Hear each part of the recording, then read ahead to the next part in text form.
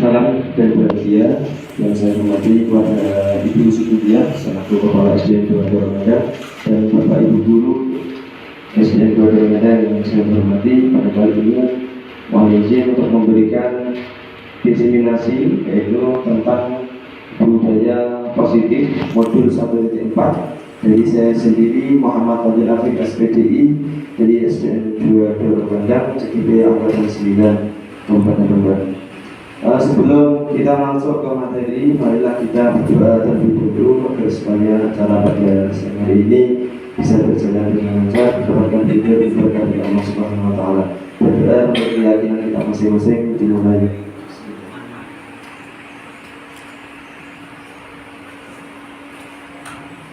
Berdoa selesai. Terima kasih. Nah, sebelum kita nanti masuk ke materi, marilah kita relaxing dulu dengan melakukan ice breaking, ya, ice breaking supaya hawanya yang panas ini menjadi adem dan bikin cool gitu. Nah, kalau nanti saya mengucapkan selamat pagi, mohon untuk tepuk tangan 1 kali. Jadi selamat pagi, plok. Kalau selamat siang 2 kali, plok plok. Kalau selamat sore 3 kali, plok plok plok. Kalau selamat malam berapa kali? Setengah kali aja, karena malam itu waktunya tidur. Tidak dulu sama orang. Setengah kali aja. Waktunya tidur, waktunya istirahat. Bukti kalau malam hari sering ngeramein tangga ini, ya boleh ya. Langsung saja, marilah kita breaking bersama-sama. Selamat pagi, selamat siang, selamat sore, selamat malam. Oke, selamat siang, selamat sore, selamat malam, selamat pagi, selamat malam. Oh, masih ada yang lepo, berarti fokusnya kurang ya. Sebentar lagi nanti istrinya sebentar lagi. Aku ini. Iya. Ini sudah tidur gitu ya, tertentang tidurnya. Oke, terima kasih. Marilah kita langsung ke materi karena tadi sudah ice breaking sebentar, semoga cukup. Kemudian yang akan kita pelajari pada hari ini sebelumnya saya akan menyampaikan pertanyaan romantik sebelum yaitu setuju atau tidak setuju tentang yang pertama, hukuman itu dapat mendisiplinkan anak. Kalau Bapak Ibu setuju atau tidak setuju? Lebih kok? Oke, setuju. Ini ada yang pendapatnya tidak, yaitu hak masing-masing Bapak Ibu guru ya. Kemudian yang kedua, pemberian hukuman dengan hal yang positif seperti membaca atau membersihkan halaman sekolah dapat meningkatkan disiplin anak. Yaitu ada yang setuju, juga ada yang tidak gitu. Mungkin dari pandangan studio ini ada yang pendapatnya ada yang setuju, ada yang tidak. Itu tidak boleh dipaksakan, itu hak masing-masing. Kemudian yang ketiga, memberi penghargaan dapat meningkatkan motivasi belajar anak. Ini ada yang setuju, mungkin setuju, kayak yang lain mungkin juga setuju, ada yang tidak. Ini adalah pertanyaan romantik untuk memancing pemikiran atau pemahaman untuk berselancar ke materi budaya positif. Selanjutnya yaitu tentang eksplorasi konsep atau materi kita. Yang pertama yaitu disiplin positif dan nilai-nilai kebajikan universal. Jadi kita akan belajar tentang disiplin positif dan nilai-nilai kebajikan universal. Yang pertama dari teori Dr. William Glasser, ini lebih cenderung ke peta konsepnya ya, yaitu yang pertama kita itu tidak bisa mengontrol orang lain, hanya kita bisa mengontrol diri kita sendiri karena kita yang memiliki keyakinan, memiliki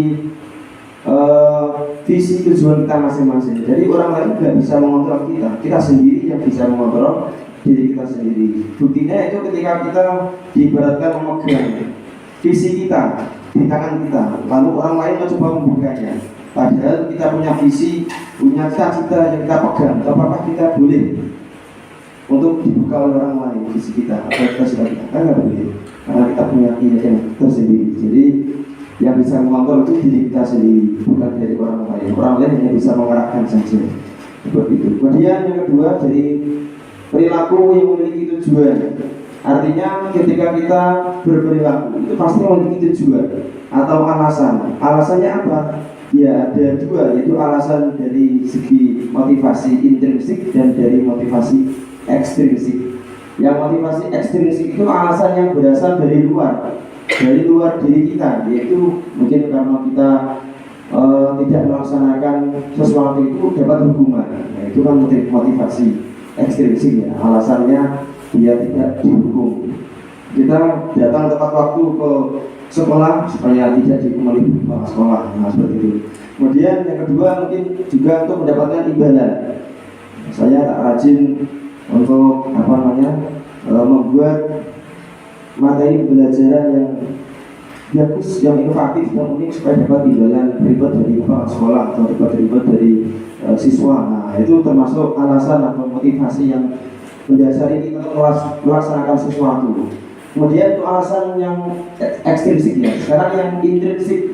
Alasan intrinsik itu alasan dari dalam, motivasi dari dalam diri kita sendiri. Kenapa kita harus datang tepat waktu, kita harus memakai seragam sesuai dengan jadwal. Nah, kemudian kenapa kita juga harus menjalankan tugas-tugas sebagai guru, sebagai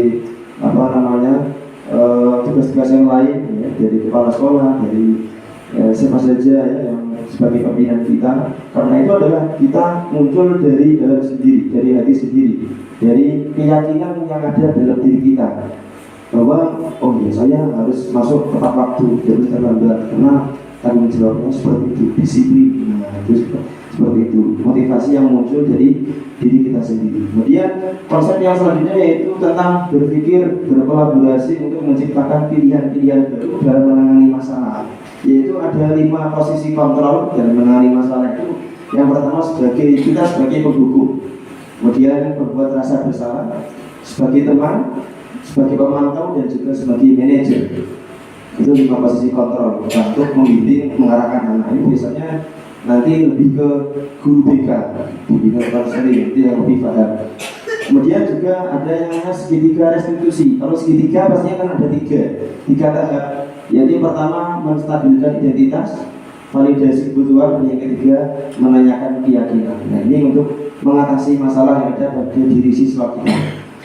Yang terakhir peta konsepnya yaitu tentang realita, kebutuhan yang dimiliki oleh setiap anak, kebutuhan dasar yang anak-anak itu menginginkan itu, yaitu ada 5 kebutuhan dasar. Yang pertama bertahan hidup, pastinya mereka bertahan untuk hidup seperti makan, seperti minum, istirahat dan sebagainya. Pasti mereka akan meminta haknya seperti itu. Dia yang kedua penguasaan. Mereka ingin menguasai apa yang dia inginkan, menguasai tentang ilmu apa, ilmu matematika, ilmu agama, menguasai tentang teknik-teknik menggambar dan sebagainya. Itu pasti ada dalam diri siswa itu. Lalu yang ketiga tentang kasih sayang dan rasa diterima. Anak-anak kita sebetulnya itu memang mereka kalau sering cari perhatian itu sebetulnya mereka ingin disayang sama gurunya, ingin diterima keberadaannya. Nah itulah kebutuhan dasar. Maka jika ada yang seperti itu ya kita hendaknya memahami mereka, kita mencoba untuk menyayangi mereka. Dan selanjutnya kesenangan. Anaknya itu kan kalau dirinya anak otomatis mereka ingin senang-senang hidupnya. Kalau belajar itu pasti lari-lari, dan juga ada yang bermain-main.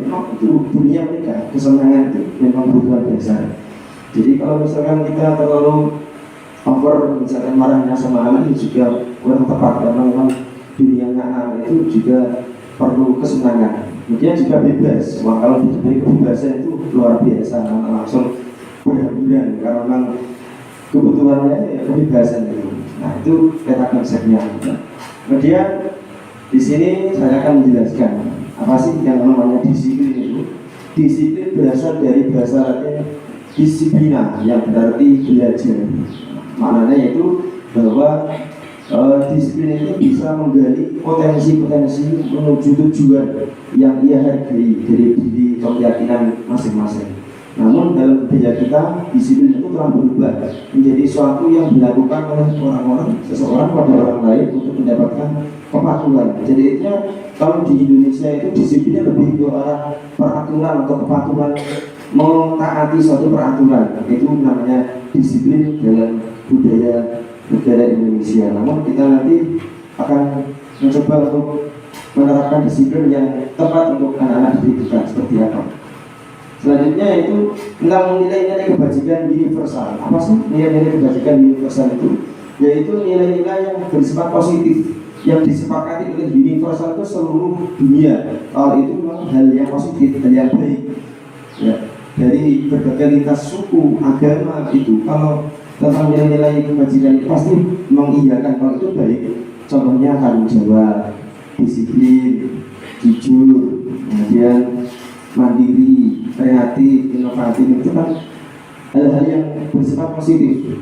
Nah, untuk di Indonesia ini terutama pada dunia pendidikan kita, nilai-nilai kebajikan yang ingin dicapai anak itu kita rangkum dalam yang kita kenal profil pelajar Pancasila, yaitu ada 6 aspek yang kita nantikan ya wujudnya dalam bentuk P5 juga. Nah, itu yang terdiri dari beriman, bertakwa kepada Tuhan Yang Maha Esa, dan berakhlak mulia. Nah, itu kan semua universal, semua sedunia itu pasti mengakui kalau itu positif. Kemudian mandiri, kemudian juga benar kritis, berkebinekaan global, bergotong royong, serta kreatif. Nilai-nilai itulah yang ingin kita wujudkan ya dalam pengamalan implementasi kurikulum merdeka ini. Tujuannya itu menerapkan nilai-nilai kebajikan yang terangkum dalam profil belajar Pancasila. Selanjutnya yaitu tentang eksplorasi konsep kedua tentang motivasi, hukuman, dan penghargaan atau restitusi. Nah, ini kita belajar apa sih motivasi itu, dan hukuman juga apa, dan restitusi juga apa. Nah, motivasi dari manusia itu tadi sudah saya jelaskan ada dua, yaitu dari luar atau eksternal, dan juga motivasi dari dalam atau internal. Kalau dari luar seperti kita ingin menginginkan suatu imbalan, nah, imbalan kita belajar atau kita mengajar. Imbalannya apa ya? Imbalannya kita dapat misalkan reward dari pemerintah, atau misalkan kita dapat ujian dari ibu kepala sekolah, misalkan seperti itu. Kemudian kalau kita tidak melakukan itu dapat hukuman. Nah, itu termasuk motivasi eksternal. Seperti tadi kalau kita terlambat masuk sekolah, masuk kerja, maka kita akan dapat hukuman, dapat pengurangan nilai atau dapat pengurangan gaji dan sebagainya. Nah, itu khawatirnya seperti itu. Itu motivasi eksternal dari luar.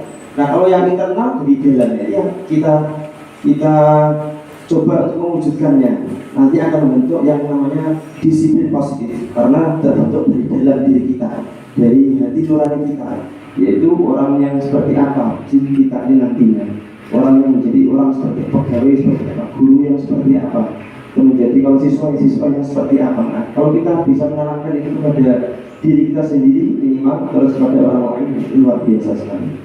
Selanjutnya yaitu tentang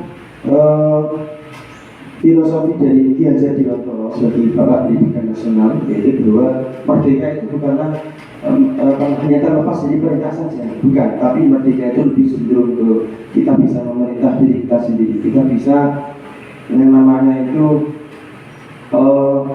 mengelola diri kita, mengelola hati kita, mengelola jiwa kita sendiri. Tanpa diperintah kita langsung berjalan sendiri, tanpa dikomando kita langsung satset. Nah, seperti itu. Itu merdeka menurut Ki Hajar Dewantara, itulah kemerdekaan yang sesungguhnya. Kemudian sekarang tentang hukuman dari penghargaan. Nah, kalau kita tadi melakukan sesuatu karena ada motivasi ekstrinsik, yaitu apabila kita tidak melakukan hal itu maka kita akan dihukum. Nah, maka kalau kita melakukan itu terus kita tidak dihukum, pasti kita akan mendapatkan penghargaan. Selama ini pendidikan kita itu lebih cenderung ke penghargaan. Misalkan anak yang berprestasi dapat piala, misalkan yang juara 1 di kelas ya dapat penghargaan piagam, atau mungkin juga penghargaan berupa uang dan sebagainya. Nah, ternyata penghargaan seperti itu menimbulkan efek negatif. Efek negatifnya itu ada 8, ini baru 5, nanti yang 3 selanjutnya. Yang pertama itu ada pengaruh jangka pendek dan jangka panjang. Jangka pendeknya itu kalau kita sering melakukan penghargaan itu, maka anak-anak itu atau siswa itu kan cenderung dia melakukan belajar, cenderung dia ingin mendapatkan penghargaan. Efek jangka panjangnya kalau sudah besar di masyarakat, nanti kalau dia melakukan apapun itu pasti ada alasannya. Kalau nggak ada penghargaan nggak mau seperti itu, maka itu efeknya penghargaan seperti itu. Yang kedua, penghargaan itu menghukum, artinya menghukum dirinya sendiri. Jadi dia itu melakukan sesuatu dengan ekstrim, dengan sesuatu yang brutal, mungkin dia melakukannya itu untuk mendapatkan penghargaan, itu melakukan apa saja untuk mendapatkan penghargaan itu sangat berdampak negatif sekali. Yang ketiga itu mengurangi ketepatan. Kalau penghargaan kita berikan pada anak yang tidak sesuai, berarti kita kan melakukan subjektif, tidak objektif. Nah itu sangat berdampak negatif sekali, tidak tepat, seperti itu. Kemudian selanjutnya penghargaan itu tidak efektif karena penghargaan itu efeknya atau dampak positifnya itu sangat sedikit sekali. Kemudian penghargaan itu merusak hubungan.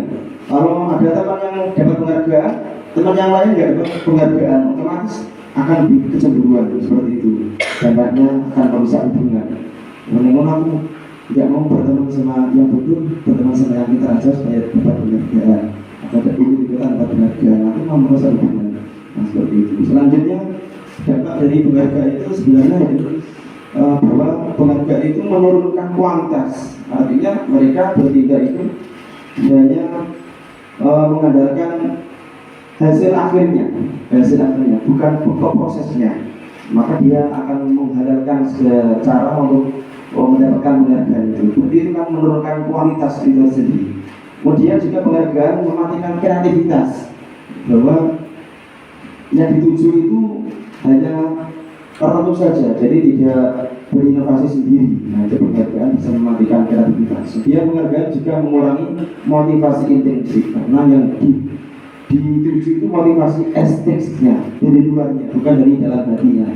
Nah itu penghargaan. Nah terus yang seharusnya kita terapkan itu seperti apa? Bukan penghargaan, tapi lebih ke apresiasi. Nah, kita memberikan apresiasi kepada anak-anak kita dengan cara bagaimana memberikan pengakuan secara khusus, bisa secara pribadi, kemudian secara bergantian. Artinya tidak hanya melulu anak yang ini saja, tapi bergantian semuanya. Karena anak-anak itu memiliki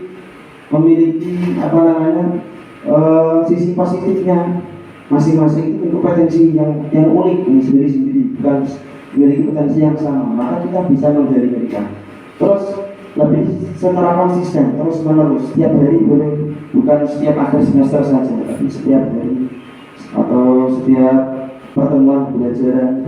Nah lebih pentingnya lagi berfokusnya pada proses, bukan pada hasilnya, tapi proses yang anak-anak kita lakukan itu kita nilai, kita hargai, kita beri apresiasi kepada mereka. Misalkan cukup dengan memberikan kata-kata mutiara, kata-kata indah. Nah, seperti apa kata-katanya?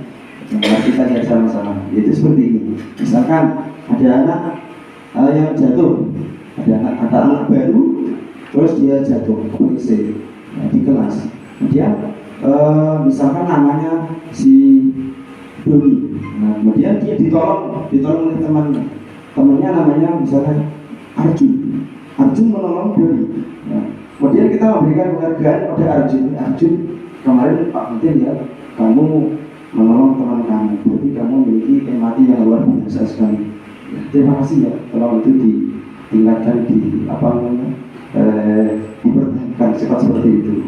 Meskipun Arjun itu anaknya kalau di akademik mungkin tidak terlalu baik, tapi kalau dia berempati dengan temannya itu luar biasa sekali. Nah, itu kita memberikan apresiasi. Nah, kalau kita penghargaan lebih ke akademik, dia tidak akan dapat apresiasi sama sekali, kan kasihan. Kemudian juga ada yang kedua menghargai, contohnya teman-teman di kelompok netral dia nggak bisa, terus ada yang membantunya. Membantu itu kita beri apresiasi. Misalkan namanya Farisa, kamu membantu teman kamu ya di kelompok kamu kemarin, ya karena dia tidak bisa, itu saya hargai kamu untuk perilaku seperti itu namanya perilaku anak yang peduli pada teman. Nah itu namanya apresiasi. Nah, itu akan membuat anak itu lebih termotivasi, lebih muncul nilai motivasi dalam dirinya untuk menjadi anak yang lebih baik, bukan hanya dalam sisi akademik saja, tapi juga dalam sisi non akademik, lebih ke hati atau keyakinan dalam hati mereka. Nah, itu kata-kata mutiara dalam apresiasi mungkin bisa saya dan majelisnya untuk terapkan dalam proses belajar anak-anak kita. Nah, ini selanjutnya ini tentang hukuman dan konsekuensi. Sebelum ke pengertian hukuman dan konsekuensi, adalah kita melihat pertanyaan pemantik ini ya. Tindakan guru seperti mencatat 100 kali dalam buku kalimat ini. Contohnya, saya tidak akan terlambat lagi, karena dia telah terlambat sekolah. Ini lebih ke hukuman atau konsekuensi gitu. Hukuman. Oke. Terus sebenarnya lari mengelilingi lapangan basket 2 kali karena terlambat hadir di sekolah. Ini lebih ke hukuman atau konsekuensi. Hukuman. Oke. Selanjutnya, murid diminta untuk push up 15 kali karena tidak menggunakan masker ke sekolah. Hukuman atau konsekuensi? Hukuman. Mengganti kertas tugas teman yang telah dicoret-coret. Konsekuensi. Membersihkan tumpahan air di meja karena tersenggol. Konsekuensi. Murid disuruh untuk mengenakan sepatu seharian di sekolah karena tidak menggunakan sepatu hitam. Maksudnya tidak sabar sepatu karena tidak memakai sepatu hitam. Ini kurang tidak mengenakan. Ini konsekuensi atau hukuman. Disuruh mencopot sepatunya akhirnya karena tidak menggunakan sepatu hitam. Lebih konsekuensi atau hukuman. Hukuman gitu. Terus yang terakhir, lari mengelilingi lapangan basket 2 kali karena terlambat 10 menit pelajaran BJOK. Hukuman. Nah, kita lihat jawabannya, yaitu yang pertama hukuman, konsekuensi, hukuman, dan yang terakhir itu konsekuensi. Nah, bagaimana sih perbedaan hukuman atau konsekuensi itu? Nah, ini kita lihat perbedaannya. Yang pertama, hukuman itu lebih ke sesuatu yang menyakitkan baik secara fisik maupun secara mental. Tapi kalau konsekuensi itu ya secara spontanitas harus terjadi. Dia mencoret kertas itu ya harus diganti. Ya, seperti itu. Kemudian kalau yang hukuman itu membuat anak itu sakit ya secara fisik maupun mental hatinya. Bahkan jangka waktunya itu cukup lama, sampai bertahun-tahun tidak terlupakan. Dulu saya pernah dihukum oleh guru PJOK saya di SMA itu sampai hari ini, sampai saat itu masih ingat terus. Seperti itu, karena memang luar biasa. Dan nggak perlu saya ceritakan semuanya kan. Berkonsekuensi, membuat anak merasa nggak nyaman, tapi jangka waktunya pendek sekali. Kita suruh mengganti pulpen, mengganti kertas kan hanya memang itu tanggung jawabnya ya seperti itu. Jadi nggak terlalu lama jangka untuk sakit hatinya.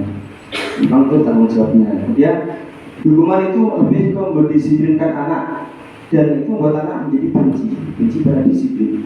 Benci soalnya dihukum ini, padahal itu kan disiplin. Tapi kenapa kok benci? Karena memang caranya itu kurang tepat. Kemudian konsekuensi, anak menghargai yang namanya kedisiplinan. Jadi menghargai disiplin. Ya, hukuman memaksa untuk menggunakan stimulus rangsangan, sedangkan konsekuensi tanggapan atau spontanitas tanggapan adanya langsung dijawab. Kalau hukuman itu memaksa, hukumannya bersifatnya memaksa. Kemudian mendorong anak untuk menyakiti diri sendiri. Hukuman itu lebih menyakiti ya, anak-anak tersakiti dia. Mungkin secara fisiknya lari 100 meter 5 kali, wah itu sampai sekali ya. Kemudian kalau konsekuensi itu lebih ke menyesuaikan diri, lebih ke cenderung bertanggung jawab. Tapi nanti ada hal yang lebih baik lagi daripada konsekuensi. Nanti kita belajar bersama-sama. Kemudian hukuman itu konsep diri yang menurut pandangan kita itu, atau di sini materi itu buruk gitu. Hukuman itu jangan, kalau konsekuensi itu konsep diri yang baik. Karena hukuman itu juga anaknya belajar menyembunyikan kesalahan. Dia akan memaksa dirinya untuk menyembunyikan kesalahan, mencari cara supaya tidak disalahkan. Nah, seperti itu. Kalau konsekuensi lebih ke mematuhi peraturan. Dia hukuman itu marah, rasa bersalah, dipermalukan, itu pasti ada, dan merasa tak dihargai. Sedangkan konsekuensi dia ada dibuat tidak nyaman dan diasingkan hanya untuk sementara atau time out. Yang selanjutnya yaitu tentang apa itu restitusi. Ya, jadi ada 3 cara kita menerapkan suatu peraturan. Yang pertama dengan tadi hukuman, yang kedua itu konsekuensi, terus yang ketiga yaitu restitusi. Nah, ini hanya terbaik itu tentang restitusi, yaitu proses menciptakan kondisi bagi murid untuk memperbaiki kesalahan mereka, sehingga mereka bisa kembali pada kelompok mereka dengan karakter yang lebih kuat. yaitu kita berusaha untuk mencari solusi bersama atas masalah yang mereka alami, membantu murid berpikir dewasa supaya mereka seperti apa yang mereka inginkan dengan tujuan-tujuan yang mulia sesuai dengan hati keyakinan baik yang mereka yakini seperti itu. Jadi guru itu memfasilitasi murid yang bermasalah dengan cara menggiring mereka untuk menjadi anak yang lebih baik dengan cara menerapkan keyakinan yang baik dalam hati mereka seperti itu. Kemudian selanjutnya tentang identitas yang dihasilkan dari adanya hukuman, konsekuensi dan restitusi. Apa sih dampak identitas yang kita menerapkan salah satu dari 3 cara ini? Kalau kita menerapkan hukuman, nanti yang kita dapatkan yaitu sesuatu yang menyakitkan, dan itu harus terjadi terpaksa. Kalau konsekuensi kita terapkan, maka sesuatu itu harus terjadi, tapi sifatnya hanya sementara. Kalau restitusi yang kita terapkan itu bersifat pilihan. Kamu boleh seperti ini, boleh seperti itu, asalkan kamu meyakini itu baik menurut kamu dan semua orang juga nilai-nilai universal. Sedangkan kalau yang hukuman tidak nyaman, efeknya tidak nyaman untuk murid dalam jangka waktu yang panjang, dan konsekuensinya jangka waktu yang pendek. Kalau restitusi itu lebih ke menguatkan untuk murid dalam jangka waktu yang panjang. Jadi yang dihasilkan bukan tidak nyaman, tapi lebih ke penguatan karakter murid dalam jangka waktu yang panjang. Kemudian kalau hukuman kita terapkan itu akan korban mendapatkan keadilan, tapi dia lebih jadi korban, tapi memang adil, cuma jadinya jadi korban. Kemudian kalau konsekuensi, korbannya bisa diabaikan, artinya hanya sementara waktu, korbannya hanya sementara waktu. Sedangkan kalau restitusi, dia jadi korban, tapi dapat ganti yang lebih baik, ganti untuk menerapkan sesuatu ke arah yang lebih baik lagi, seperti itu. Ada solusi yang tepat. Ya, kalau hukuman yang kita dapatkan dari anak-anak itu, murid akan tersakiti jadi dari segi fisiknya, mentalnya, hatinya, karakternya juga akan tersakiti. Dia akan ngedrop seperti itu kalau kita berikan hukuman. Kemudian konsekuensinya, kalau disiplin kita terapkan di dalam konsekuensi itu, maka murid akan dibuat tidak nyaman, bukan tersakiti tapi lebih ke tidak nyaman. Lalu yang restitusi, murid ini akan mendapatkan penguatan karakter mereka untuk jadi anak yang lebih baik lagi kalau kita terapkan namanya restitusi. Lalu yang selanjutnya, yang hukuman itu perilakunya pasif agresif meningkat, pasif dan agresif. Kalau konsekuensi ke penguatan hanya bertahan dalam jangka waktu yang pendek. Dengan kalau restitusi kita terapkan, maka masalah akan terpecahkan. Nah, nanti kita akan belajar bersama-sama bagaimana sih penerapannya restitusi ini seperti apa. Kemudian kalau hukuman, sistemnya tidak akan berjalan bila murid tidak takut. Ya memang itu hukuman itu sifatnya membuat murid harus takut dulu supaya tidak melakukan pelanggaran. Nah, itu sifatnya hukuman. Tapi kalau konsekuensi memerlukan monitoring dan supervisi terus-menerus dari guru, ya, jadi kebiasaan yang bagus, yang baik. Kalau restitusi lebih ke menerapkan belajar untuk bertanggung jawab pada pelakunya, supaya dia bertanggung jawab atas apa yang dilakukan. Nah, seperti itu. Misalkan terlambat, ya jadi tanggung jawabnya harus bagaimana. Kalau dia terlambat, ya dia harus untuk lebih disiplin lagi keesokan harinya, mungkin dengan menyiapkan alarm, kemudian juga tidak tidur terlalu larut malam. Nah, itu termasuk kita memberikan tanggung jawab kepada kita seperti itu. Bukan kita langsung menghukum mereka untuk misalkan lari 50 kali memutar lapangan. Nah, itu kalau dia terlambat padahal dia terjalan habis begadang karena ada acara di mana, kan kasihan. Nah, seperti itu. Kemudian kalau hukuman berlaku hanya pada sebuah institusi dan tidak berlanjut pada hukuman pada kehidupan yang nyata. Sedangkan konsekuensi membantu penerapan mengikuti peraturan dalam masyarakat, dan restitusi fokus pada pemecahan masalah dalam jangka waktu yang panjang. Kemudian kalau hukuman itu ada kata-kata seperti ini. Peraturannya adalah kamu harus. Nah itu kan kita merujuk ke paksaan, pikir memaksa. Kemudian kalau disiplin apa namanya konsekuensi itu kita mencoba untuk menstimulus apa peraturannya, mampukah kamu melakukannya, terima kasih, lebih halus sedikitnya. Apalagi restitusi, wah lebih halus lagi. Apa yang kamu yakini nak? Ya, dari keyakinan kelas yang pernah kita buat kemarin, apa yang kamu yakini, hal baik apa? Nah, kemudian apa yang bisa kamu lakukan untuk memperbaiki masalah kamu ini? Nah itu lebih mencari solusi dengan cara ya kita dari hati ke hati, kemudian menemukan solusi yang terbaik seperti itu. Lalu dari hukuman ini murid anak akan membenci peraturan itu karena memang sifatnya memaksa dan tidak ada solusi yang disodorkan kepada mereka seperti itu. Kemudian kalau konsekuensi lebih menghormati aturan, kalau anak-anak itu lebih menghormati peraturan. Dia kalau restitusi, anak-anak atau murid-murid akan menghormati dirinya sendiri sebagai seorang siswa yang meyakini suatu keyakinan yang baik dan juga menghormati orang lain. Artinya tidak merugikan dan tidak menyakiti orang lain. Seperti itu. Kemudian dari kesimpulannya yaitu hukuman ini sifatnya negatif. Kalau konsekuensi sifatnya netral, sedangkan kalau restitusi lebih ke dampak positif. Nah, seperti itu. Selanjutnya yaitu tentang restitusi. Kita lebih mengenal lagi apa itu restitusi. Tadi sudah. Sekarang ciri-cirinya itu restitusi yang pertama bukan untuk menebus kesalahan, namun untuk belajar dari kesalahan, belajar atau memperbaiki kesalahan dari pengalaman. Karena ada pepatah the experience is the best teacher. Itu bahasa Inggris. Ada pengalaman adalah guru yang luar biasa yang bisa kita terapkan untuk menebus kesalahan.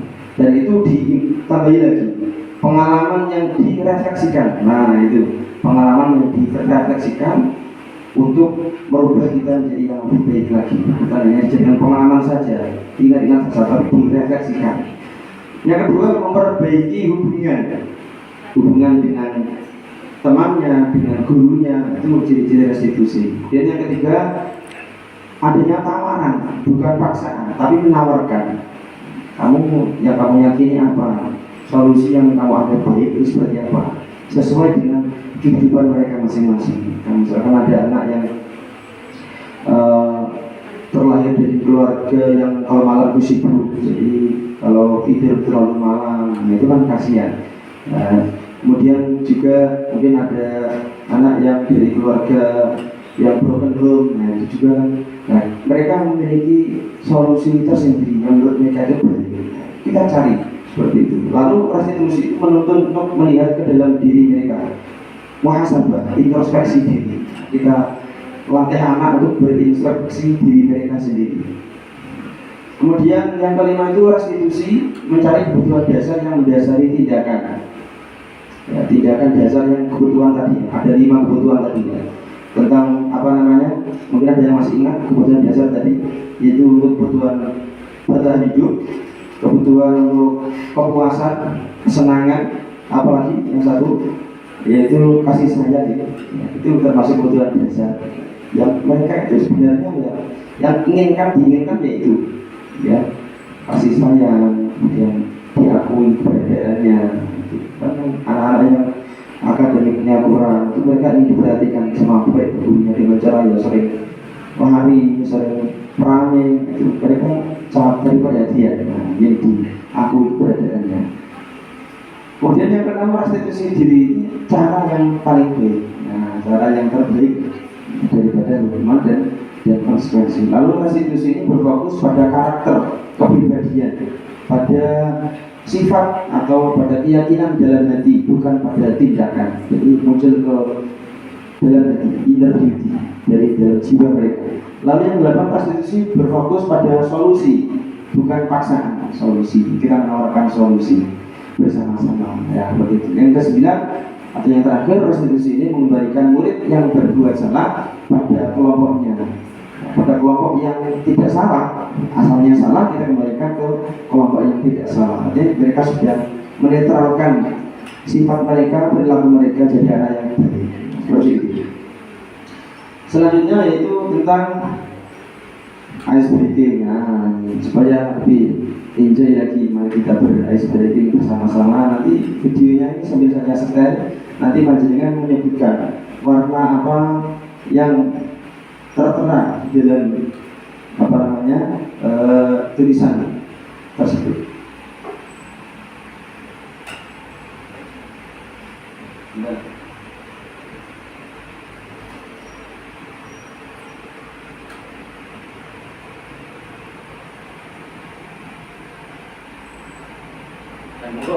Ini warna apa ya? Merah. Selanjutnya kuning. Selanjutnya hijau. Terus selanjutnya ungu. Oke. Berarti fokus ini. Oke. Berarti fokus ya. Oke, siap. Nah, ini ungu betul ya. Oke. Selanjutnya, oke. Pak, apa? Belum Pak. Ini bagus jam. Iya, ini Pak. Apa? Merah. Ini merah ya. Monggo bukannya. Mungkin. Biru. Biru. Ini hujan. Ada biru. Gimana? Oke, ini. Mulai. Pink, ungu. Wah, kalau saya itu ya pernah di ya. Ini merah, oke. Nah, ini sulit. Monggo. Bika. Diperhatikan bika. Terus bika terus. Terus. Oke, terus. Berarti langsung di berarti. Oke.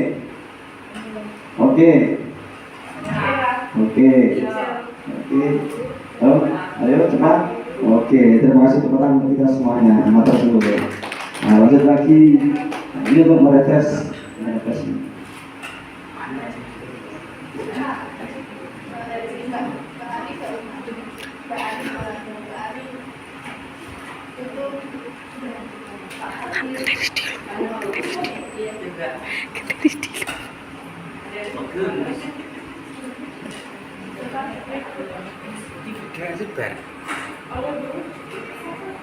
Berarti video terus ya? Apa?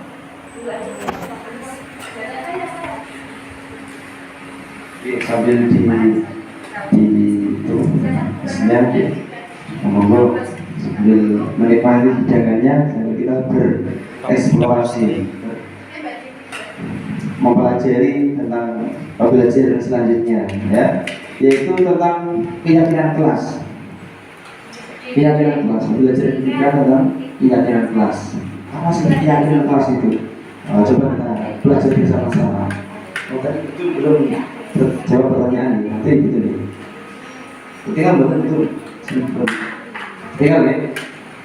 Nah, mengapa sih tidak peraturan saja yang kita terapkan? Kenapa kok harus keyakinan kelas? Nah, kita coba untuk mengorek atau kita coba membahasnya. Karena apa? Mengapa kita memiliki peraturan harus menggunakan helm bila mengendarai kendaraan roda 2? Nah, coba untuk apa sih? Alasannya apa? Kenapa kita menggunakan helm? Supaya untuk keselamatan, untuk keamanan kita di perjalanan. Terus mengapa sih kita memiliki peraturan 3M, menggunakan masker, yang mencuci tangan, menjaga jarak ketika dulu kita masih dalam kondisi COVID-19? Kenapa? Karena untuk menjaga kesehatan, menjaga keselamatan juga. Selanjutnya, mengapa sih kita memiliki peraturan harus datang tepat waktu pada saat mengikuti pelatihan? Mengapa? Karena sudah jadi konsekuensi tanggung jawab kita supaya mengikuti pelatihan dengan sepenuh hati dan penuh waktu ya, seperti itu. Jadi awal sampai akhir. Kemudian untuk mendukung motivasi ini kita kembalikan ke nilai-nilai, keyakinan yang lebih menggerakkan seorang dibandingkan lebih ke aturan-aturan yang sangat banyak sekali, aturan undang-undang dan sebagainya, tapi itu juga penting ya. Nah, coba kita kombinasikan aturan itu dengan keyakinan yang dalam diri kita. Jadi ini bukan untuk kepentingan orang lain, tapi untuk kepentingan kita sendiri aslinya. Menggunakan helm kan untuk kepentingan kita juga, keselamatan kita, untuk apa namanya, supaya kita itu tidak panas dan sebagainya. Kembali ke kita aslinya, maka kita berkeyakinan bahwa itu baik, sebenarnya itu baik, memang itu baik. Kemudian juga 3M itu kan bukan hanya peraturan, tapi juga untuk diri kita sendiri, menghormati diri kita, menjaga keselamatan jiwa kita. Nah itu berarti ya, kita lebih cenderung ke keyakinan. Nah seperti itu. Dan juga peraturan ketika datang tepat waktu pas pelatihan. Nah itu termasuk apa namanya hal-hal yang memiliki nilai positif. Ya, supaya kita diajarkan berdisiplin. Nah seperti itu. Ya. Selanjutnya yaitu ini tahap-tahap ketika kita ingin mewujudkan budaya positif, ada tahapannya. Nah, yang pertama kita memang apa namanya tidak terlepas yang namanya peraturan kelas kita. Ya kita coba buat aja. Jadi kita ikuti, ya kita jalan peraturan kelas itu. Nanti lama-kelamaan kita mencoba merubahnya menjadi keyakinan kelas. Nah, terus efeknya ini efek positifnya akan semakin melebar. Ketika keyakinan kelas kita terapkan, efek positifnya akan semakin melebar. Kemudian ketika sudah terwujud atau terbentuk keyakinan kelas dan sudah diterapkan, maka akan jadi lingkungan yang sehat, yang positif. Mungkin ketika belajar jadi enak, aman, tidak ada gangguan, kelas juga bersih, anak-anak juga rapi, disiplin, sebagainya. Kita akan membentuk suatu lingkungan yang positif, belajarnya jadi enak. Maka lingkungan positif itu akan mendukung output anak-anak kita menjadi anak yang benar-benar berjiwa, berkarakter yang hebat, karena lingkungan pendidikannya juga hebat, positif. Nah, kalau sudah terbentuk lingkungan yang positif, maka akan terwujudlah suatu budaya yang positif, budaya yang baik yang bisa kita terapkan bukan hanya di sekolah saja, tapi di lingkungan keluarga dan di lingkungan masyarakat. Seperti itu. Kemudian selanjutnya yaitu tentang yang mana sih yang merupakan keyakinan kelas.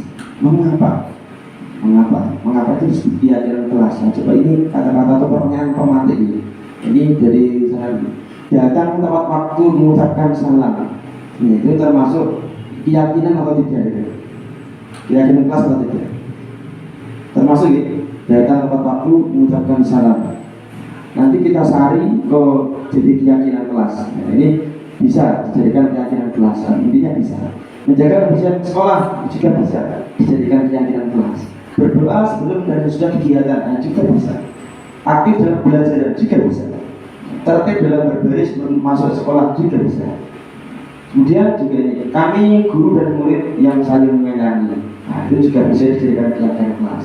Kami murid yang semangat belajar juga bisa dijadikan keyakinan kelas. Kami murid yang peduli dengan teman-teman juga bisa dijadikan keyakinan kelas. Nah, keyakinan kelas seperti apa yang bisa diterapkan? Kalau datang tepat waktu mengucapkan salam berarti tentang apa? Disiplin, betul.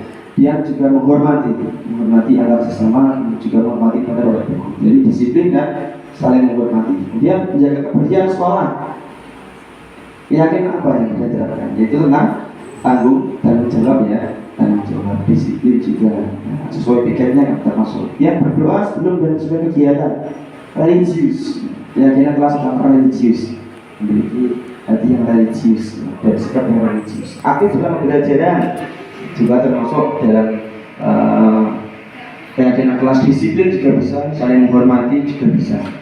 Menyayangi, saling menyayangi, nah itu juga bisa, saling menyayangi. Semangat belajar, nah, seperti itu. Ini namanya keyakinan kelas. Nah, seperti apa? Kemudian inilah peraturan kelas yang bisa dirubah menjadi keyakinan kelas. Yang pertama, selalu mengembalikan buku pada tempatnya. Menjadi keyakinan kelas berupa tanggung jawab dengan mengembalikan buku pada tempatnya. Kemudian dilarang mengganggu temannya, dilarang membuli temannya. Nah, itu termasuk keyakinan kelas, yaitu menghormati orang lain. Jadinya menghormati.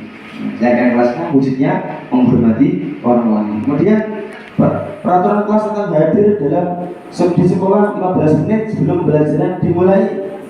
Jadi keyakinan kelasnya berupa menghormati orang lain dan juga berkomitmen pada dirinya sendiri. Karena sebagai pelajar terus disiplin waktu, disiplin pakaian, disiplin sikap dan sebagainya. Dia dilarang melakukan kekerasan, dilarang berantem dan sebagainya. Jadinya keyakinan kelasnya apa? Yaitu keselamatan dan menghormati orang lain. Nah, lalu peraturan kelas berupa dilarang menggunakan narkoba. Jadi keyakinan kelasnya berupa kesehatan. Lalu peraturan kelas bergantian atau menunggu giliran ketika bertanya atau ketika meminta nilai. Itu keyakinan kelasnya berupa menghormati orang lain dan bersabar. Gunakan masker. Keyakinan kelasnya berupa kesehatan dan keselamatan. Jangan berlari di kelas atau koridor. Keyakinan kelasnya berupa keselamatan dan keamanan. Nah, ini apa? Intinya kita merubah dari kata-kata yang negatif menjadi kata-kata yang positif. Apa yang kata-kata dilarang jadinya dijaga. Nah, terus diganti dengan kata yang lebih masuk dalam hati, menghormati orang lain. Nah, itu ya. Dia dilarang bergantian. Jangan. Nah, itu kan kata-kata yang negatif. Nah, kita ganti ke kata-kata yang lebih positif seperti keselamatan, kesehatan, menghormati, keamanan. Nah, itu intinya seperti itu. Kita ganti diksi yang kata-kata yang negatif menjadi kata yang positif, akhirnya akan mengena pada diri siswa-siswi kita seperti itu. Selanjutnya yaitu tentang eksplorasi konsep materi yang keempat, tentang kebutuhan dasar manusia dan dunia yang berkualitas seperti apa. Nah, seperti itu. Kemudian yang selanjutnya, bagaimana kebutuhan dasar manusia? Nah, ini ada 5 ya tadi. Ada 5 kebutuhan dasar, bahwa yang pertama pastinya manusia itu memiliki insting untuk bertahan hidup. Nah, makan, minum, istirahat, dan juga membela diri, kan bertahan hidup ya. Jadi itu wajar kalau sebenarnya anak-anak itu kadang makan di kelas, minum. Nah, itu wajarnya, tapi harus diarahkan. Kalau mungkin mereka lapar, belum selesai sarapan dari rumah, bangunnya kesiangan karena dari malam ada acara hajatan atau acara nikahan. Nah, jadinya dia terlambat, belum sempat sarapan, akhirnya dia sembunyi-sembunyi itu sarapan di kelas. Kalau nggak sarapan dia sakit. Kalau itu bahaya. Nah, maka bertahan hidup itu juga penting ya. Nah, kita arahkan lebih baik lagi dengan cara tadi segitiga restitusi. Selanjutnya itu penguasaan. Mereka ingin menguasai apa yang dia inginkan, seperti bermain, menguasai materi pembelajaran, menguasai praktek-praktek pembelajaran, juga menguasai apa yang dia inginkan. Nah, itu anak-anak punya anak seperti itu. Dan juga semuanya, bukan hanya anak saja, manusia semuanya ingin menguasai apa yang dia inginkan. Selanjutnya yaitu tentang kasih sayang. Nah, lambangnya lauk kasih sayang dan kasih diterima. Ini juga sangat penting sekali. Nah, urgent, penting, apalagi yang masih jomblo-jomblo. Nah, ini yang merajut cinta dan kasih sayang. Ini luar biasa karena memang terasa hambar kalau hidup tanpa cinta dan kasih sayang. Wah, itu luar biasa. Ya, pada anak-anak kita itu kalau nggak disayangi, nggak diberi tempat untuk kita perhatikan, itu mereka akan membuat onar, mencari perhatian pada guru-gurunya. Dengan cara pokoknya yang aneh-aneh. Maka ya kita perhatikan semua anak kita, siswa-siswi kita seperti itu. Lalu kesenangan. Manusia itu pada dasarnya mereka ingin senang-senang, ingin selalu setiap hari selalu ceria, selalu senyum. Ya, apalagi senyum itu kan ibadah. Nah, makanya itu kebutuhan mendasar itu manusia. Bayangkan kalau setiap 1 hari aja nggak pernah senyum, bagaimana itu rasanya? Terus mungkin ada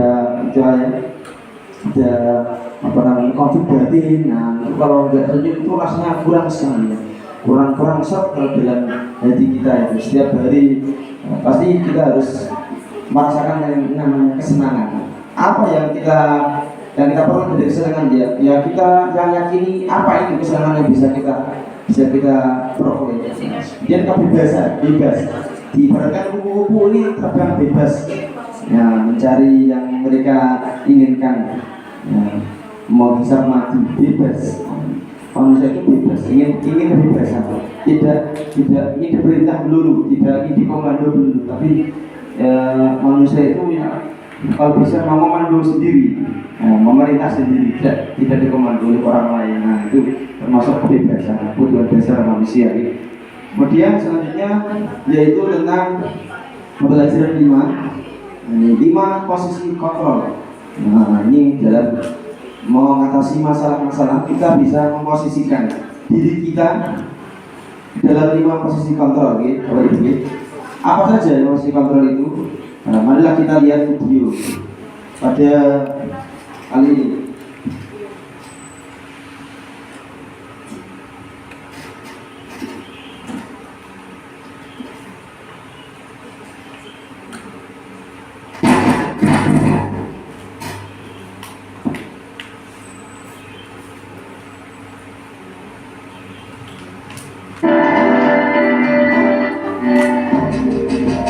Moga bisa diamatin video.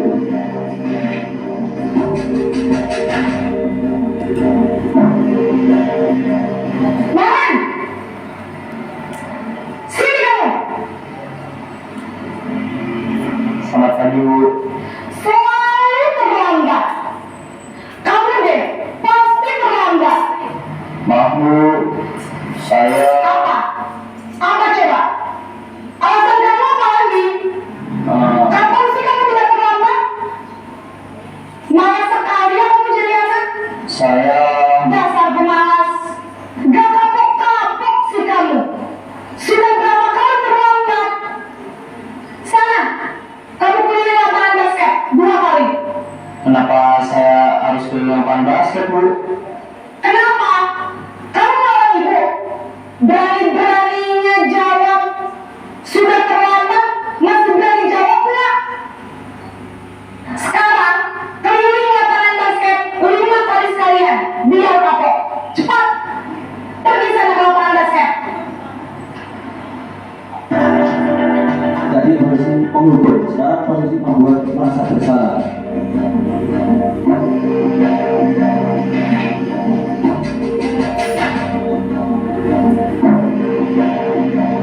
Maman!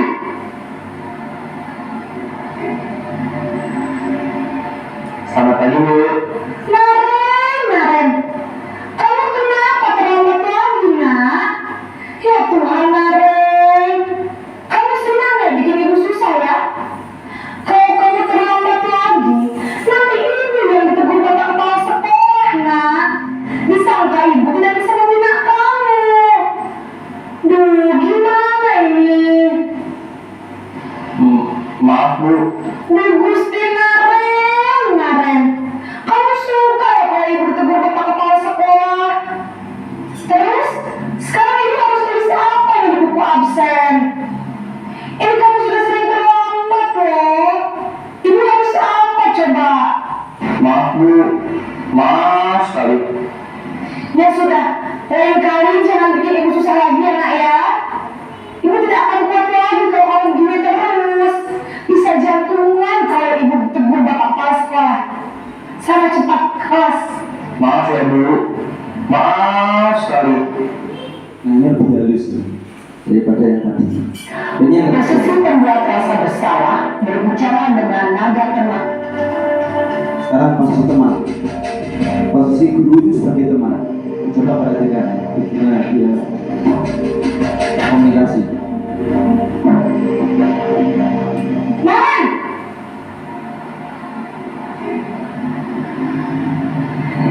Selamat pagi, Bu. Wah, sudah jam berapa ini nak? Terlambat lagi ya sayang. Iya, Bu. Habis ibu saya udah melarang saya, Bu. Kamu mau menyalahkan ibu kamu. Kamu bukannya anak yang larinya paling kencang. Kok terlambat sih? Iya, Bu. Saya memang terlambat bangun tadi. Jadi biarpun saya lari kencang, tetap nggak kekejar, Bu. Ya sudah sana. Nanti lain kali larinya lebih kencang lagi ya. Biar gak terlambat lagi. Bikin senang ibu. Demi ibu. Bisa kan? Bisa lah, Bu. Ya sudah sana masuk kelas. Ibu beresin absen kamu. Kamu ini ada-ada saja. Ini posisinya sebagai teman. Saya sekarang sebagai pemantau, memonitor. Kita lihat bersama.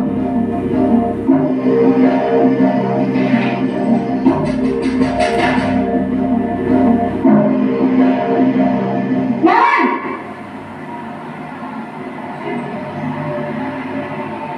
Selamat pagi Bu. Naren, apa peraturan sekolah kita tentang jam berapa kita harus masuk sekolah, nak? Kita harus di sekolah jam 7 Bu. Iya betul, sekarang sudah jam 7.20. Naren sudah tahu konsekuensinya jika terlambat hadir. Paham Bu, saya harus tinggal kelas pas jam istirahat selama 20 menit. Iya benar, konsekuensinya demikian.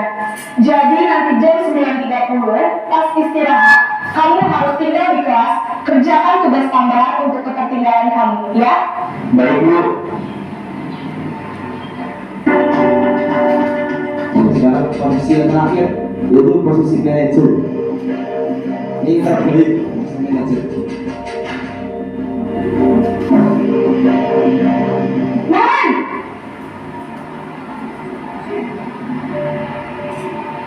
Selamat pagi Bu. Selamat pagi Naren. Maaf Bu, saya terlambat. Iya, sekolah masuknya jam 7, sekarang sudah jam 7.20. Jadi sekarang bagaimana ini Naren? Maaf Bu, saya lupa setel alarm saya semalam. Baiklah, menurut kamu, keyakinan sekolah yang mana yang perlu kamu tingkatkan? Menghargai diri sendiri dan orang lain mungkin ya Bu. Setuju. Jadi, apakah Naren meyakini prinsip saling menghormati tersebut? Iya Bu, saya meyakininya. Apakah Naren bersedia memperbaiki masalah keterlambatan ini? Bersedia Bu. Bagaimana kamu akan memperbaiki masalah keterlambatan ini? Saya akan coba untuk tidak lupa menyetel alarm saya Bu. Baik, kalau Naren lupa menyetel alarm di rumah, ada orang yang kira-kira bisa bantu mengingatkan tidak? Ada Bu, kakak saya, Kak Emma. Ada lagi selain Kak Emma? Selain Kak Emma, ada ibu saya. Baik, jadi yang mengingatkan Naren adalah Kak Emma dan ibu kamu ya? Kira-kira akan mulai setel alarm kapan nih Naren? Setelah pulang sekolah, akan segera saya lakukan. Baik, jadi Naren akan setel alarm untuk bangun besok pagi dan akan diingatkan oleh kakak dan ibunda Naren ya. Ada lagi yang mungkin perlu dilakukan Naren agar tidak terlambat bangun lagi. Tidak ada Bu. Baik Naren, terima kasih untuk bersama kamu. Sekarang kamu perlu kembali ke kelas untuk belajar. Baik Bu, terima kasih. Nah itulah tadi 5 posisi kontrol ya yang kita jenengan sudah menyaksikan. Jadi menurut panjenengan mana yang terbaik yang dari posisi kontrol itu gitu? Itu monggo bisa berpendapat itu. Yang kelima itu sebagai apa bentuk? Sebagai apa? Sebagai manajer. Berarti lebih bagaimana kita menghargai prinsip kita dan solusi-solusi yang bisa diterapkan ketika kita melakukan kesalahan seperti itu. Tidak sebagai penghukum itu lebih gimana ya? Lebih menghardik, menunjuk, menyakiti, bahkan menyindir. Itu kan menyakitkan sekali. Pemalas lah, sebagai ceroboh dan sebagainya, itu kan menyakitkan. Ya kalau yang membuat orang merasa bersalah itu seperti berceramah, mengatakan seharusnya kecewa, kamu senang ya kalau saya kemarin sama kepala sekolah. Nah, berarti itu kalau merasa bersalah. Kalau lebih ke teman itu terlalu apa ya? Terlalu non formal, artinya nanti khawatirnya kalau sebagai teman malah semakin melonjak siswa-siswi kita. Mungkin kita lebih menegasi lagi. Nah, kalau pemantau itu menghitung dan mengukur, nah, dia melaksanakan peraturan itu. Ya, dia kalau manajer lebih mengajukan pertanyaan-pertanyaan dan solusi yang terbaik itu. Intinya supaya anak itu tidak melakukan kesalahan yang sama. Dia benar-benar paham, benar-benar sadar bahwa itu adalah hal yang salah, maka harus diperbaiki dengan hal-hal yang baik dengan solusi-solusi yang terbaik yang menurut mereka sendiri itu bisa dilakukan. Nah itu intinya seperti itu.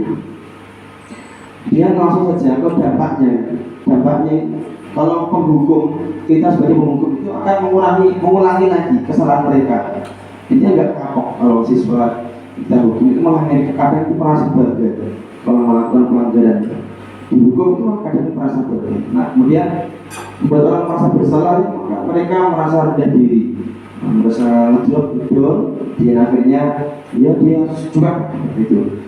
Dan kalau dampaknya murid, kalau kita sebagai teman, murid akan lebih lebih lemah, tidak mandiri, tergantung pada dirinya. Nah, lalu kalau pemantau itu murid diberatkan pada sanksi atau hadiah, penerapan peraturan. Nah, tapi kalau manajer, dampaknya murid apa? Mereka lebih mengevaluasi diri mereka sendiri. Bagaimana caranya untuk memperbaiki kesalahan kita? Caranya seperti apa? Nah, seperti itu. Nah, kemudian lanjut ke pernyataan. Nah, seperti ini. Saya kecewa sekali dengan kamu. Menurut panjenengan ini termasuk penghukum atau termasuk pemantau atau teman atau pembuat merasa bersalah atau manajer yang dari pertama? Saya kecewa sekali dengan kamu. Sebagai apa? Penghukum ya? Oke, penghukum. Kemudian yang kedua, kamu tidak pernah benar melakukannya. Kamu nggak pernah benar melakukannya. Nah, itu sebagai polisi apa tadi? Menurut Bu Tumina?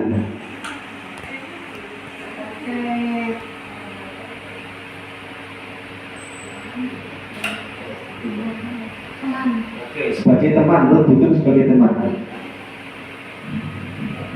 Kemudian kalau seperti ini, ayolah lakukan demi ibu, demi bapak. Nah, itu sebagai apa dia?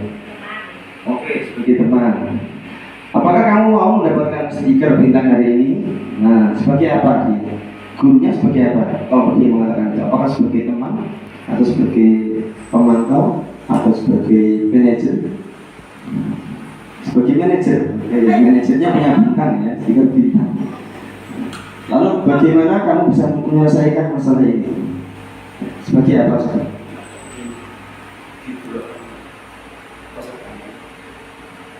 Sebagai apa nih? Kalau bisa menyelesaikan masalah ini, bagaimana kamu bisa menyelesaikan masalah ini? Sebagai manajer, oke.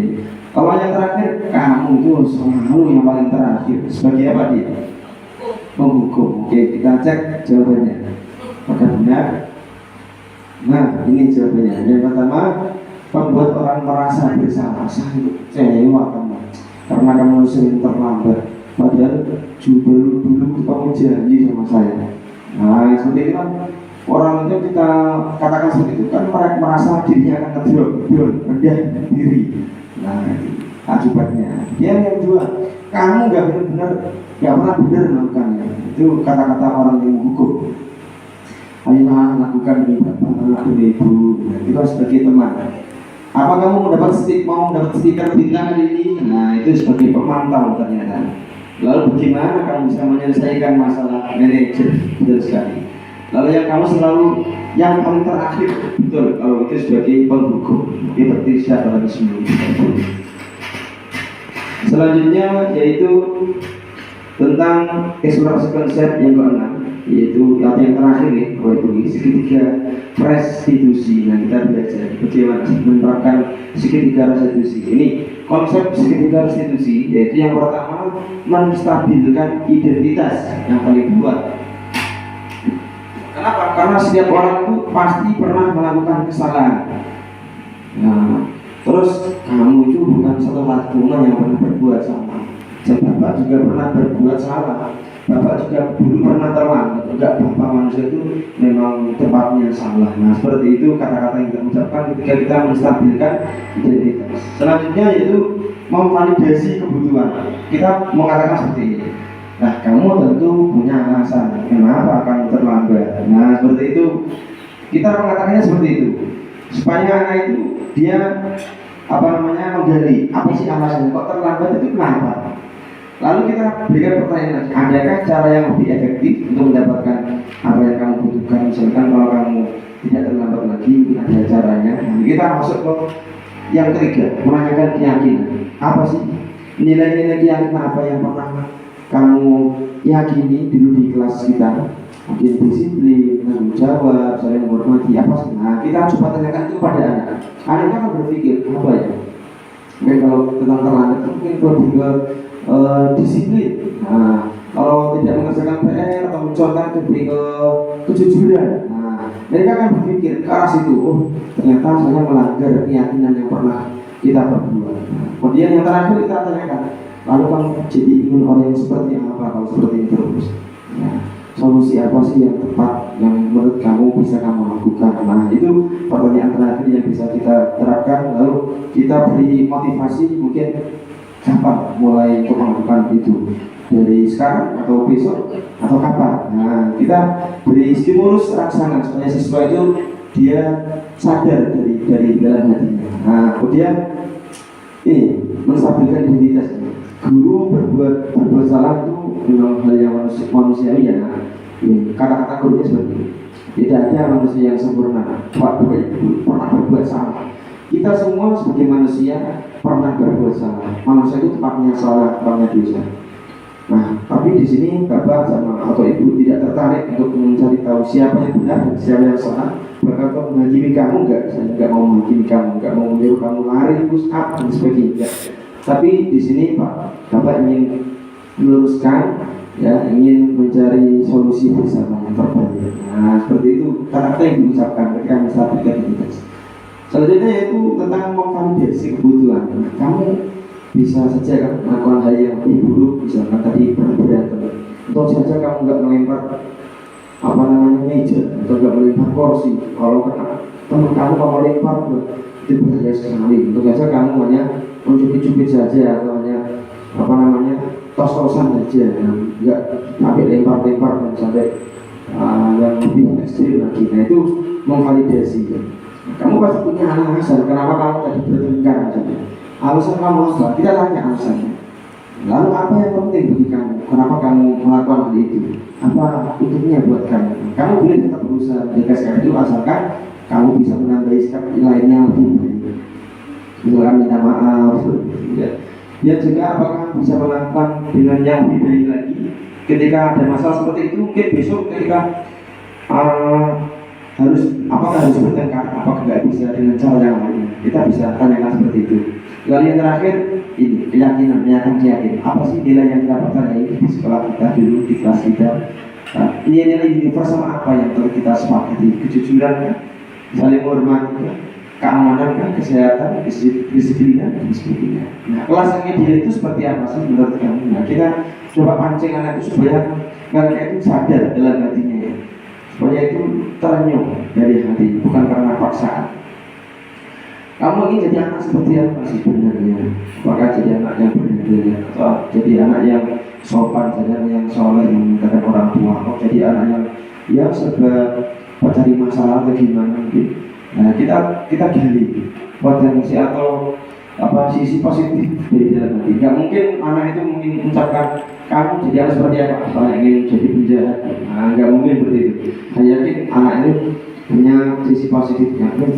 Mereka hanya ingin jadi perhatian atau mungkin dia ingin disayangi dan sebagainya. Nah, apa yang kamu rasakan? Nah, kalau kamu ingin jadi orang yang soleh yang baik, maka solusi apa yang mungkin bisa kamu terapkan? Nah, itu keyakinan, menanyakan keyakinan dari segitiga kasus yang bisa kita jalani. Nah, ini sedikit video segitiga kasus yang saya terapkan ketika ada masalah.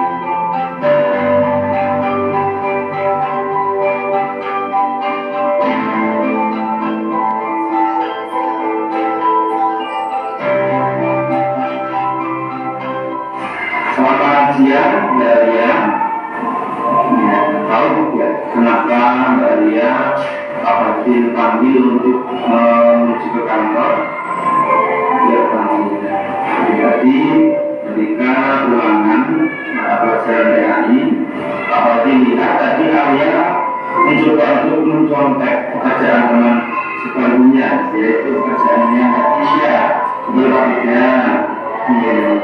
Nah, menurut saya perbuatan seperti itu perbuatan yang benar atau salah? Iya, perbuatan yang salah. Nah, memang setiap manusia itu pernah berbuat salah ya. Seperti Pak Fadli itu pernah berbuat salah. Banyak sekali kesalahan yang pernah Pak Fadli berbuat karena memang manusia itu banyak. Nah, banyak juga seperti itu. Melakukan kesalahan seperti tadi mencontoh pekerjaan kematian. Nah, tapi di sini Pak Fadli tidak mencoba menghakimi berbahaya atau mencoba untuk mengaku seperti mencari kesalahan tidak bukan. Tapi di sini Pak Fadli mencoba untuk bersama-sama kita sama-sama mencari solusinya supaya hari ini kedepannya tidak mencontoh lagi. Ya. Nah, seperti ini. Apa sih alasannya kenapa kembali itu tadi mencontoh di kelas?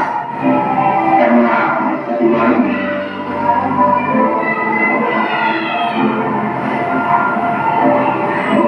jadi yang belajar ya seperti main HP, bermain dengan teman-teman seperti itu. Makanya kalau bermain sama teman-teman main HP jadi nggak belajar, ini tidak bisa menyelesaikan ulang seperti itu ya. Nah, kemudian kalau dari dulu masih ingat ya ketika di awal pertemuan bahwa kita pernah membuat satu keyakinan kelas pernah. Nah, keyakinan kelas apa yang harus Anda apa namanya lakukan supaya Anda tidak mencoba lagi keyakinan kelas apa yaitu ya disiplin ya. Nah, belajar disiplin yang pertama kejujuran, tidak menjaga tingkah kejujuran. Nah, dari yang lainnya Pak tidak, kalau keyakinan kelas itu benar-benar penting yang harus diterapkan dalam hidup sehari-hari, yakin ya, dari itu baik yang diterapkan ya. Nah, maka dari itu kira-kira apa yang harus Anda ya lakukan supaya kedepannya ketika ulangan itu tidak mengulangi lagi. Kira-kira gimana? Ia kita sekali belajar apalagi ya, ia belajar beberapa sebabnya apalagi mengerjakan rakyat berbiaya supaya nanti kalau adalah bisa mengerjakan sendiri. Nah, seperti itu. Nah, kalau kalian sudah apa namanya bisa untuk mencari solusi atau ide supaya tidak mencontoh lagi. Nah, kira-kira mulai kapan sih ini akan menerapkan ide tadi, solusi tadi supaya mulai kapan? Mulai sekarang ya, benar ya, tapi mulai sekarang selanjutnya diusahakan bahaya mulai pagi ketika ulangan sudah mencontohkan jadi anak yang keluar jujur dari jadi menjadi anak yang musola juga dalam orang tua dan sampai ya terima kasih kepada itu apa namanya kerjanya, usahanya dan keinginan yang kuat untuk menjadi baik. Terima kasih. Silakan sedikit dari penerapan S3 SDGs yang pernah saya terapkan. Nah, sekarang mari kita berefleksi bersama, merefleksikan apa yang tadi kita pelajari. Mungkin ada yang bisa merefleksikan atau berpendapat ini.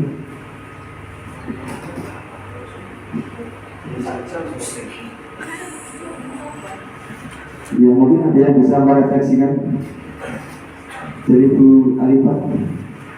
Monggo Bu, bisa merefleksikan.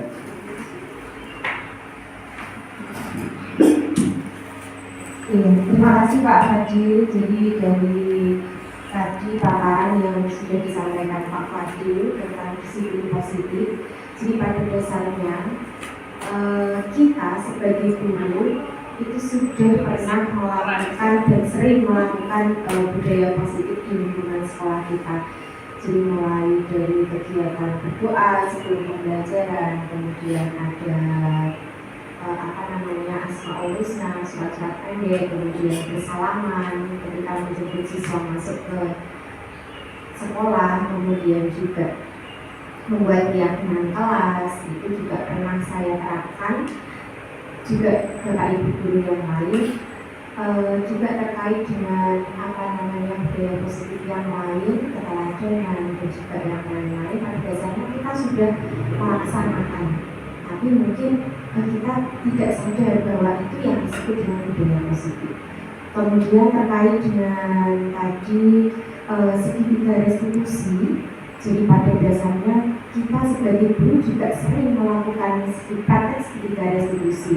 Ketika kita menjumpai siswa kita yang contek pada saat pembelajaran, atau mungkin berkelahi, atau menghadapi kasus-kasus lain.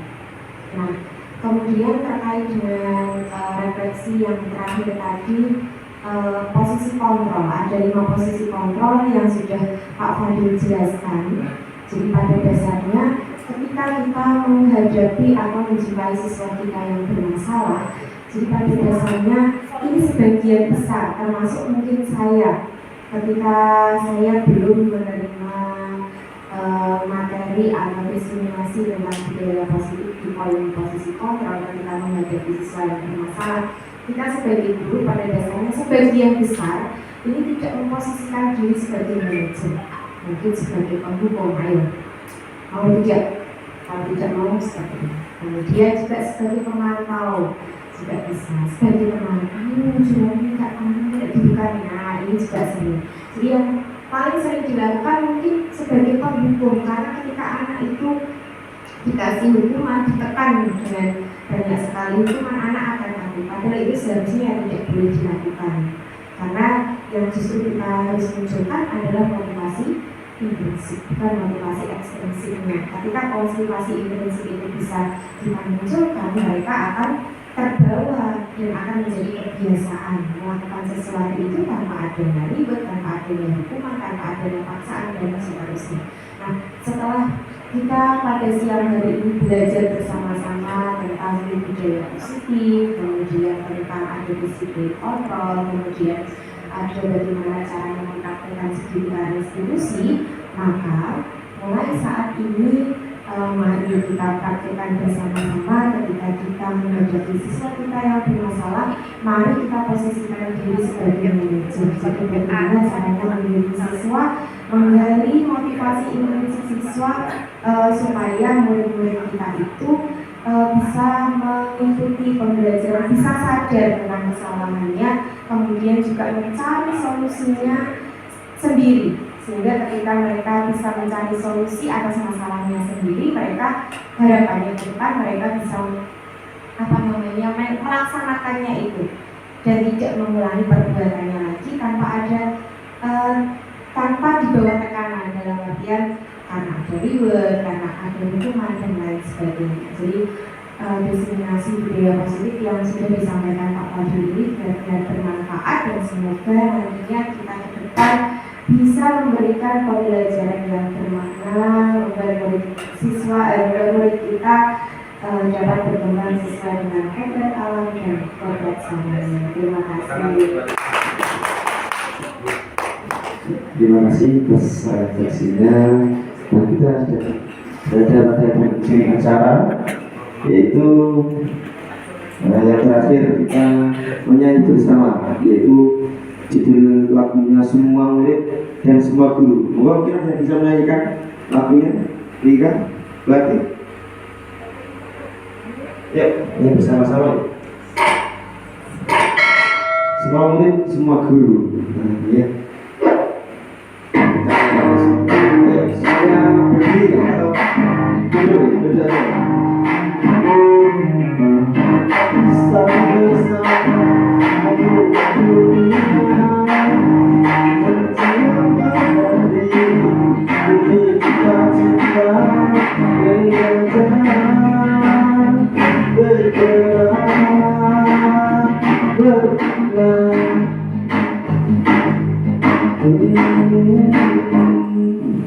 Aku bisa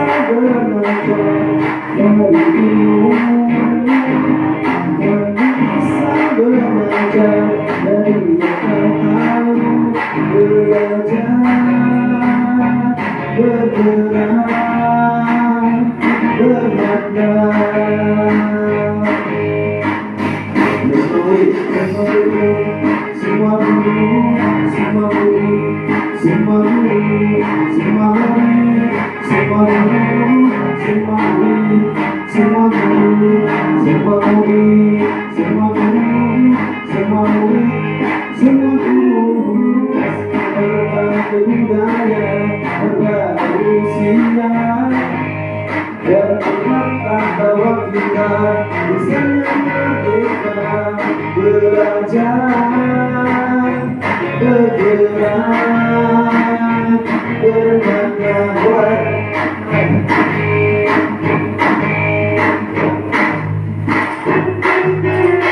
Oke, terima kasih buat kita semua yang hari ini, sehingga acara sudah berjalan dengan lancar dan sudah berakhirlah pertemuan kita, dan mengucapkan thank you, terima kasih atas partisipasi perhatian dan kehadirannya. Semoga membawa berkah, membawa kebaikan untuk kita semua, dan bisa berubah untuk pandangan kita pada murid, untuk selalu memberikan pembelajaran yang berpusat pada murid, memberikan fasilitasi, memberikan suatu pelayanan yang terbaik untuk para murid kita. Maka kita akhiri pertemuan pada siang hari ini dengan membaca doa sesuai dengan keyakinan kita masing-masing. Membaca doa, berdoa sesuai keyakinan kita masing-masing dimulai.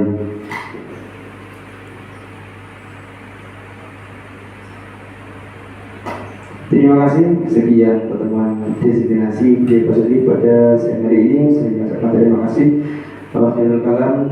Assalamualaikum warahmatullahi wabarakatuh.